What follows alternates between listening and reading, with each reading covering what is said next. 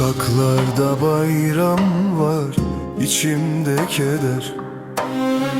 Herkes gülerken bana düşer bu dertler.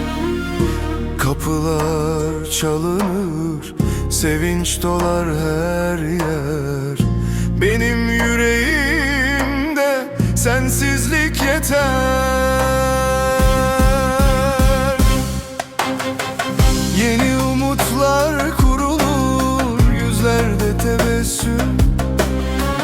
Benim kaderimde yazılı hep hüzün.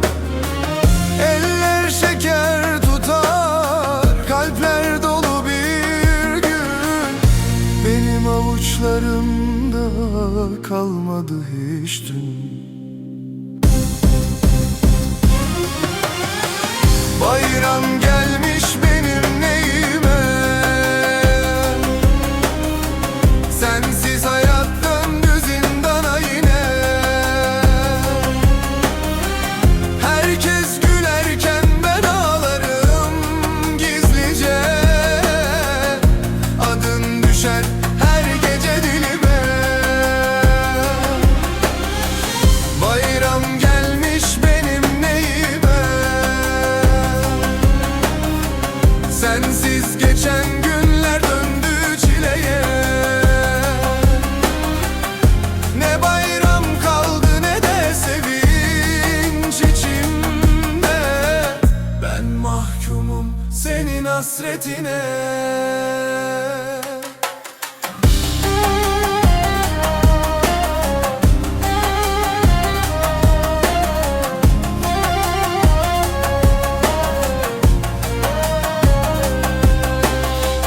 Bir mesaj bekledim, gelmedi senden.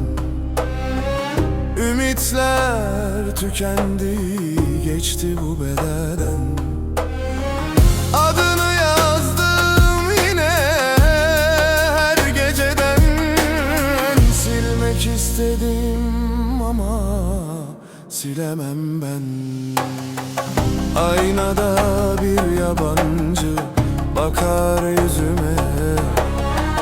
Gözlerim anlatır seni her gece. Herkes sarılırken sevdiğine gece. Ben sarılırım sensizliğe ince ince. Bayram gelmiş benim neyime, sensiz hayat döndü zindana yine. Herkes gülerken ben ağlarım gizlice. Adın düşer her gece dilime.